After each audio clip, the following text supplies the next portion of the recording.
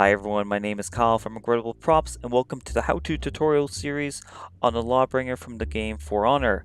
We'll be covering how to make the Poleaxe today, and all the templates have been designed by myself, and they are the exact same templates I've used on my own personal costume, which some of you have been following along on my Facebook page. So if you're wanting to follow this web series to make it easier for yourself, I have the templates available to purchase from the link down below.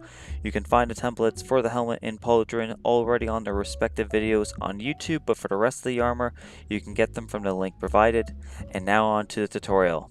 What I first started was cutting out the template from the paper and tracing it onto 10mm floor mat foam. I cut out 3 copies of this, remembering to flip the template for one side, that way the texture surface would remain on the inside. Additional pieces followed the same process as before for the axe head, remembering to trace them out onto the floor mat foam and flipping for one side to keep the texture surface on the inside. Don't worry about any of the overhang or misaligned pieces. We are going to be fixing that later on. This piece goes on the back of the poleaxe and has a tapered section. So what I used was I marked out roughly the angle I wanted to achieve.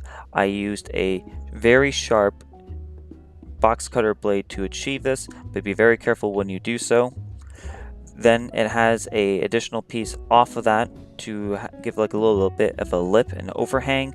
I traced out the shape that I needed roughly and hot glued that part onto the back of that piece, which would be added for the overhang. Other additional layers were added to the poleaxe head. You would ideally use 2mm craft foam, but if you have 5mm and can cut it in half, that would be as a good substitute. For the triangle at the very back of the poleaxe piece, I stacked 3 layers of craft foam, floor mat foam that were 10mm in thickness, remembering to have one side facing inwards, and then I kept cutting triangle pieces out for each side. I did about like an isosceles triangle.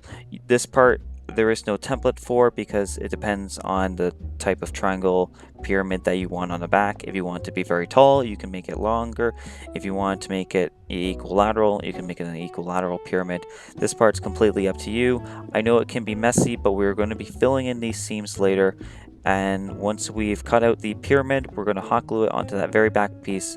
To smooth out all those jagged cut lines from the box cutter, I used a rotary tool or Dremel with a sanding attachment. This process could also be done additionally with a belt sander, but make sure you are not using a coarse belt.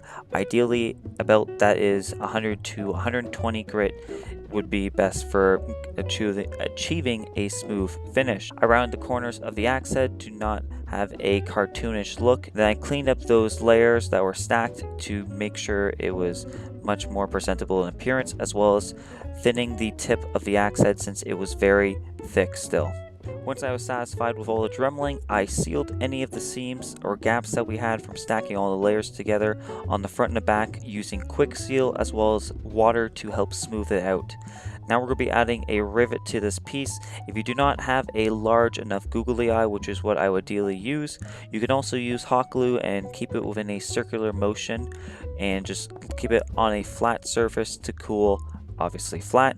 To seal the foam, I used Modge Podge with a sponge brush to not have any strokes from the bristles of a normal paintbrush. I had black paint mixed in with that Modge Podge to allow for a nice base coat for our metallic finish. I mixed up a large metallic paint and used a dry brush of a lighter silver to highlight the edges. To blend all the previous steps together, I used a black wash to tie them all in. The poleaxe I already covered how to do in a previous highlight video. You can click the eye icon, but the shaft of the pole had cloth fabric wrapped around it, which I obviously wrapped around the pole, occasionally tacking it down with some hot glue to keep it in place and going up and down in various directions, leaving spaces throughout. Additional pieces were added to this poleaxe piece using foam. You can have this part be optional since they won't necessarily be seen, but to weather the cloth and the poleaxe, I used a paper towel with some black brown watery paint and applied it till I got a desired outcome that I was trying to achieve. Since I knew the bottom of the poleaxe would likely get beaten from use at conventions and being walked around and dropped upon, I decided to wrap a 1-inch piece of foam around the bottom of it, leaving some overhang from the PVC, and I hot glued it into place. Once it cooled down, I slowly filled up this section where the cavity was with hot glue. This is going to take a lot of hot glue, be aware, to make a cap at the bottom since it would be much more durable than foam. The tip of the poleaxe could be reworked, but I did a similar process using a hot glue to make a sharpened point at the very top. Both of these were painted with the same metallic colors used to paint the axe head. To protect all the paint on the foam pieces, I sprayed one good coat of Rust-oleum Ultra cover, 2 times the coverage, and a gloss clear finish. This last step sealed the deal for this poleaxe build. As always, the materials that have been used within this build can be found within the description, as well as a link to where to purchase the templates. If you enjoyed that video, don't forget to hit the like button and subscribe to stay tuned for more weekly cosplaying tutorial videos. My name is Mikhail from Regrettable Props, and I hope you guys have a good day. Bye.